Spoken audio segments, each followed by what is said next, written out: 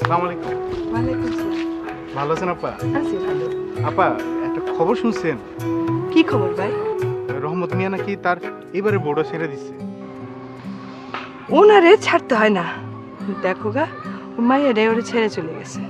এইভাবে আর ওনার পাগলামি কতদিন চলবে আপা কোন? যতদিন না ওনার পাপের বোঝা ভারী না হয়।